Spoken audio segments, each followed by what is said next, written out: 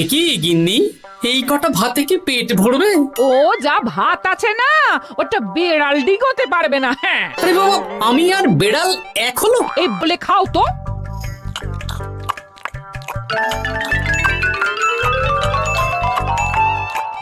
গিন্নি, পেটটা ভরেনি বুঝলে, তুমি আরেক হাঁড়ি ভাত বসাও। আমার জন্য 2 হাতা রাখা আছে, ওটাও খেয়ে নাও না, খাও। আমি আর ভাত বসাতে পারবো না, এখন উনুন ধরাও, আঁচ দাও, ভাত বসাও।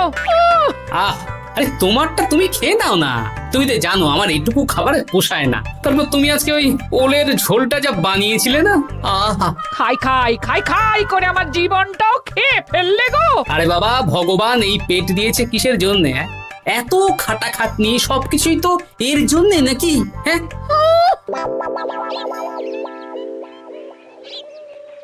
দাদু, অনেকদিন ভূতের গল্প শুনিনি, আজকে আমরা ভূতের গল্প শুনবো। বেশ, শোন তাহলে। আমাদের রাজ্যে আজ থেকে বেশ অনেক বছর আগে একটা খুব পেটুক লোক থাকতো। তোমার মতন পেটুক? বলতে পারিস, কিন্তু ওর গিন্নি ওকে ভালো মতো খেতে দিত না।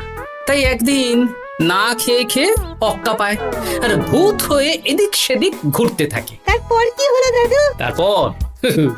তারপর তো সে এক মজার ব্যাপার। ভূতকে ওর গিন্নি চোখে দেখতে পেত না, তাই সেই পেটুক ভূত কিছুদিন পর থেকে গিন্নির উপর হুজ্জুতি শুরু করলো। কিরকম হুজ্জুতি দাদু? গিন্নি যা রান্না করতো সব চুরি করে খেয়ে নিত।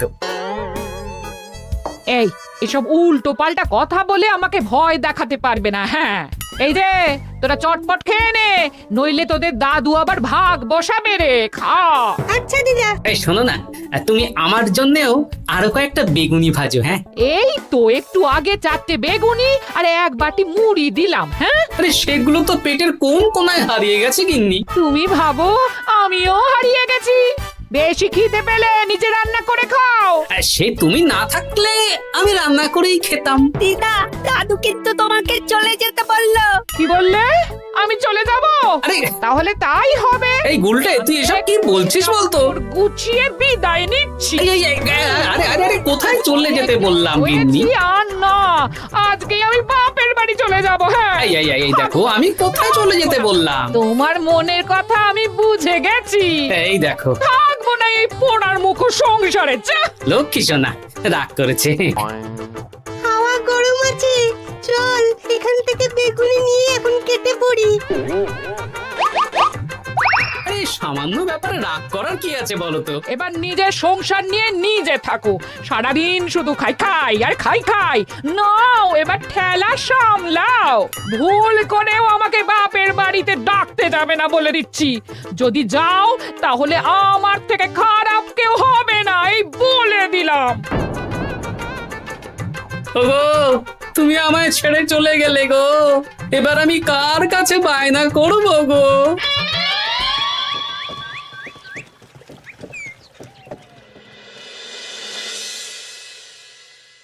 কিরে, তুই একা একা? জামাই কোথায়? তোমাদের জামাইকে ছেড়ে চলে এসেছি। এ মা, তুমি কি থাকতে দেবে না আমি চলে যাব? এসব আবার কি কথা বলছিস তুই? হ্যাঁ, এ তো তোরও বাড়ি। আমাদের ভাত ডাল জুটলে তোরও জুটবে। কি হয়েছে রে দিদি? দিন রাত খেটে খেটে কয়লার মতো পুড়ে যাচ্ছি, আর ওনার বায়না শেষ নেই। সারাদিন শুধু খাই খাই আর খাই খাই। এবার বুঝবে জামাই বাবু। হ্যাঁ, নিজে হাত পুড়িয়ে রান্না করার ঠেলা।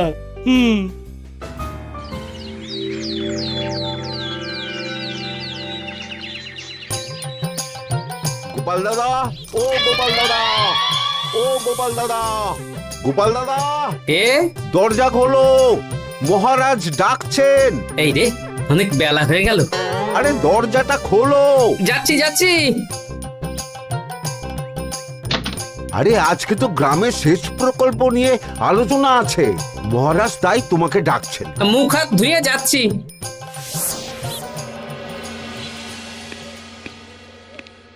দেখুন মহারাজ, দেখুন, এত বেলায় গোপাল এলো, তাও নিজে আসেনি, ডেকে নিয়ে আসতে হলো। সত্যি গোপাল, আজকে এত জরুরি একটা আলোচনা সভা, কোথায় তুমি তাড়াতাড়ি আসবে? তা না করে গোপাল বাড়াবাড়ি করে ফেললো। গোপাল, এই আমি শেষবারের মতন বলে দিচ্ছি, ফের যদি এরকম রাজসভায় দেরি করে আসতে দেখি তাহলে কিন্তু কড়া ব্যবস্থা নেব। আসলে মহারাজ, আমার গিন্নি গতকাল রাগ করে বাপের বাড়ি চলে গেছে, তাই বেশ হয়েছে। আচ্ছা, যে জন্য আজকের আলোচনা সভা ডাকা হয়েছে সেটা হলো আমাদের রাজ্যের দক্ষিণে একটা সেচের জন্য পুকুর খনন করা হচ্ছে। এ তো খুব ভালো কথা মহারাজ। দক্ষিণের চাষি ভাইরা অনেক দিন ধরে জলের সমস্যায় ভুগছিল, এবার একটা সুরাহা হবে। কিন্তু এটার জন্য তোমাদের বেতন কয়েক মাস কম পাবে তোমরা। একি কেন মহারাজ? তোমার তো এখন একজনের সংসার গোপাল, তোমার আবার চিন্তা কিসে? তাহলেও সেচের জন্য পুকুর খোঁড়া হবে, তার সাথে আমাদের বেতনের কি সম্পর্ক? কারণ ভাড়ারের অবস্থা খুব একটা ভালো নয়, তাই আগামী 3 মাস তোমাদের বেতন 5 মোহর করে কম দেওয়া হবে। হ্যাঁ? হ্যাঁ নয় হ্যাঁ। আর ওই 3 মাসের কেটে নেওয়া বেতন চতুর্থ মাসের বেতনের সঙ্গে যোগ করে দেওয়া হবে।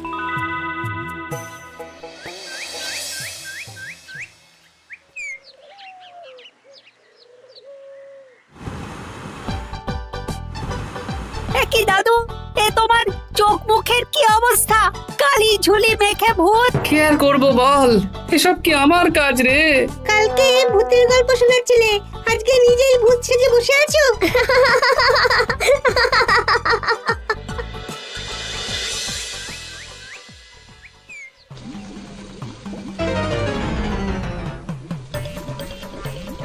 এই রে, ভাতগুলো পুড়ে গেছে।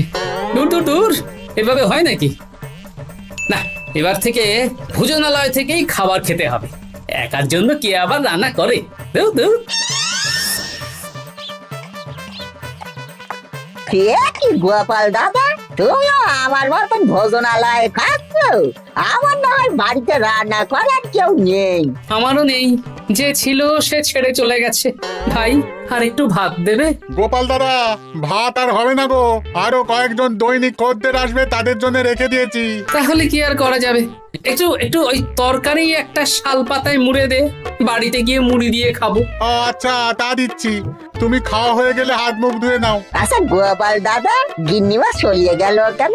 সে তোর গিন্নিমাকে গিয়ে জিজ্ঞেস কর। সে তো জিজ্ঞেস করতেই হবে, তোমার মতো একটা ভালো মানুষকে ছেড়ে চলিয়ে গেছে।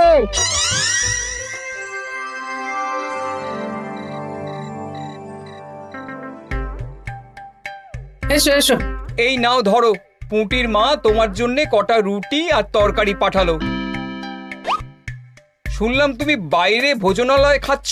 কি আর করবো বলো, একদিনই ঘর দুয়ারের একই অবস্থা করেছো গো গোপাল দাদা। ওই একার সংসার, এখন আমার কাজের মধ্যে 2, খাই আর শুই। তা গিন্নিমাকে খবর দাও। না না না, খবর দিলে আবার অশান্তি শুরু করবে, বরং তুমি গিয়ে বলো। বেশ, তাহলে কালকে আমি তোমার শ্বশুর বাড়ির দিকে সার কিনতে যাব, না হয় গিন্নিমাকে আমিই খবর দিয়ে দেবো।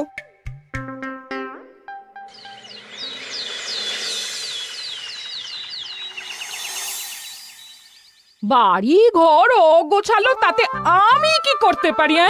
এখন আমি আর ওই বাড়িতে থাকি না। হ্যাঁ, শুধু তাই না, গোপাল দাদা বাইরে ভোজনালয়ে তেল মশলা দেওয়া উল্টো পাল্টা খাবার খাচ্ছে গো। থাক, আমাকে এসব কথা শোনাতে আসবে না পুটির বাবা।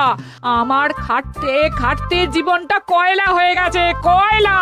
ওনার বায়নার শেষ নেই। হ্যাঁ, বুঝলে গোপাল দাদা, আমি গিন্নিমাকে অনেক করে বোঝালাম, কিন্তু কিছুতেই কোনো কথা শুনলো না। বেশ, শুনতে হবে না। এরকম বললে হয় নাকি? চারিদিকে ঘর দুয়ার অগোছালো, খাবারের থালা বাসন এদিক ওদিক ছড়িয়ে ছিটিয়ে আছে। ওরে বাবারে, ইঁদুরেও আস্তানা করেছে। যা হচ্ছে হোক।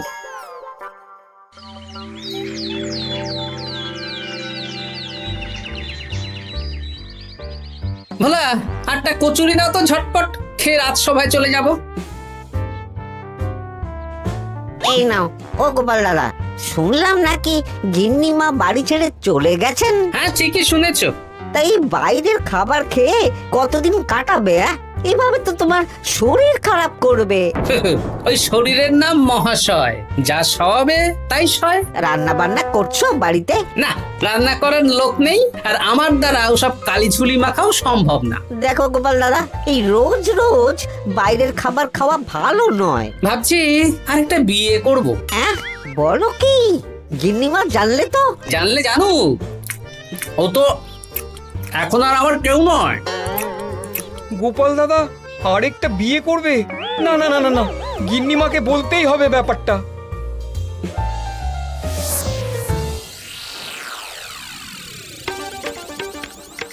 গিন্নিমা, তুমি আবার এসেছো পুটির বাবা। সর্বনাশ হয়ে গেছে। আবার কি সর্বনাশ? হ্যাঁ, বাড়ির চারিদিকে অগোছালো, ইঁদুর মশা মাছি ঘুরে বেড়াচ্ছে। আমি আর ওই বাড়িতে যাব না।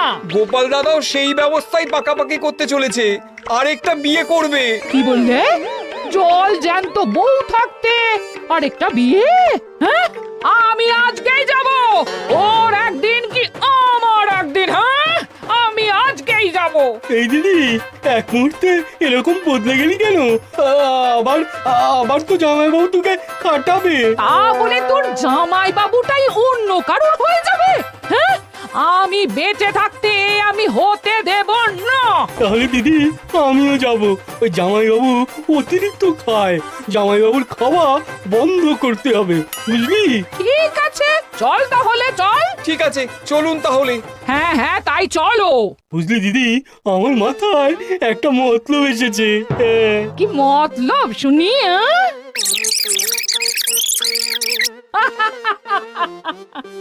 এই বেশ তো বেশ, এতে যদি তোর জামাই বাবুর অতিরিক্ত খাওয়া কমে তাহলে তো ভালোই কথা। হ্যাঁ, কিন্তু খুব সাবধান, গোপাল দাদার নজর কিন্তু বাজ পাখির নজর।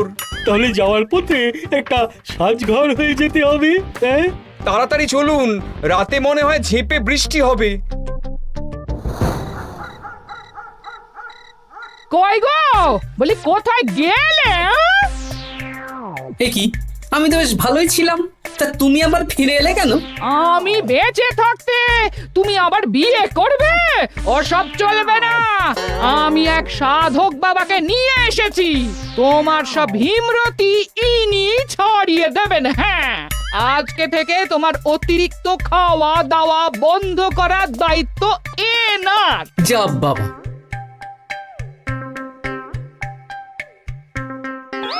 কি করেছো গো?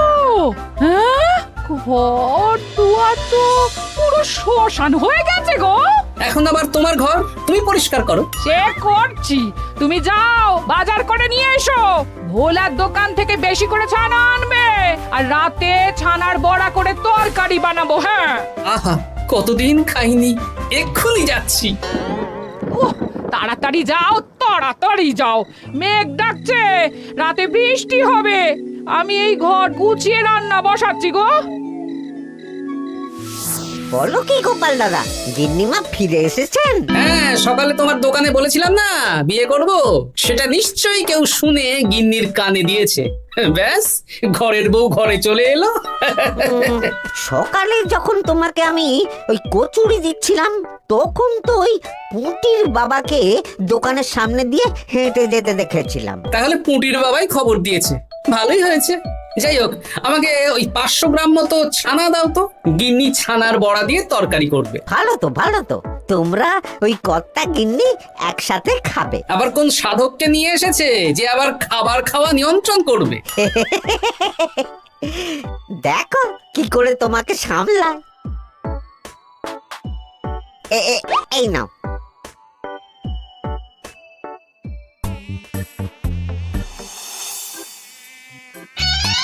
দেখি গিন্নি, আমার জন্য দুটো বড়া আর ওনার জন্য এতগুলো? বেশি খেলে তোমার চেহারা ঠিক হবে না বৎস, তোমাকে রোগা হতে হবে, তাই কম খেতে হবে, বুঝলে? ঠিক আছে, আপনাকে আমি মজা দেখাচ্ছি। অগত্যা গিন্নির হাতের খাবার খাচ্ছি, এই আমার 14 পুরুষের ভাগ্য ভালো।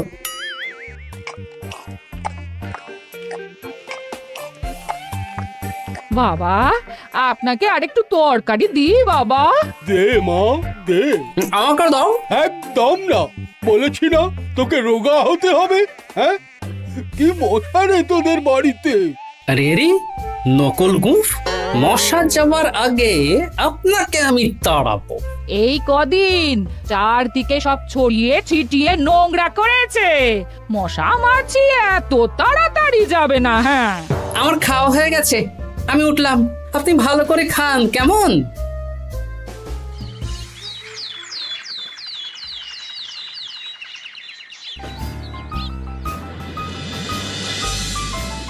বিজ্ঞানী, আরে গোপাল যে, কি ব্যাপার? একটা সাহায্য চাই বিজ্ঞানী। বলো বলো, আমি কি করতে পারি? কয়েক টুকরো বরফ বানিয়ে দিতে পারবে? তা পারবো, কিন্তু এখন হবে না। তুমি বরং সন্ধেবেলার পর নিয়ে যেও, কেমন? খুব উপকার করলে বিজ্ঞানী। আমি ওটা বিশেষ মোড়কে তোমায় দেব, যাতে গলে না যায়। ধন্যবাদ বিজ্ঞানী, এখন তাহলে আসি।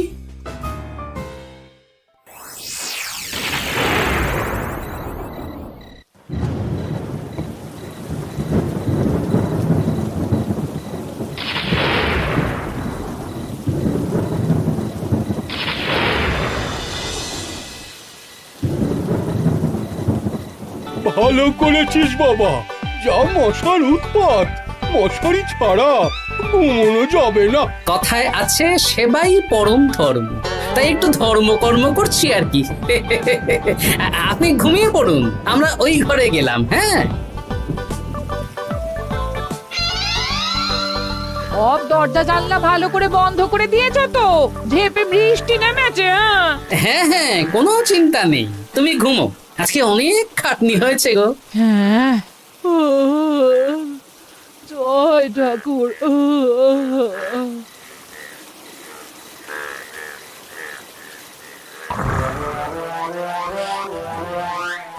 এই তো গিন্নিও ঘুমিয়েছে, এবার আসল কাজ শুরু হবে।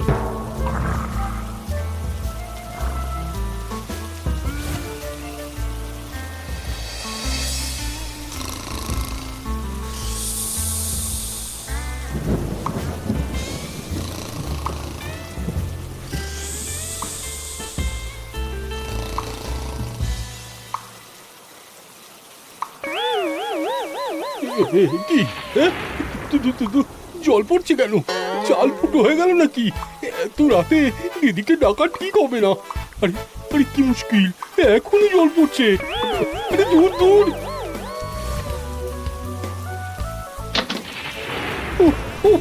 বাপরে বাপ।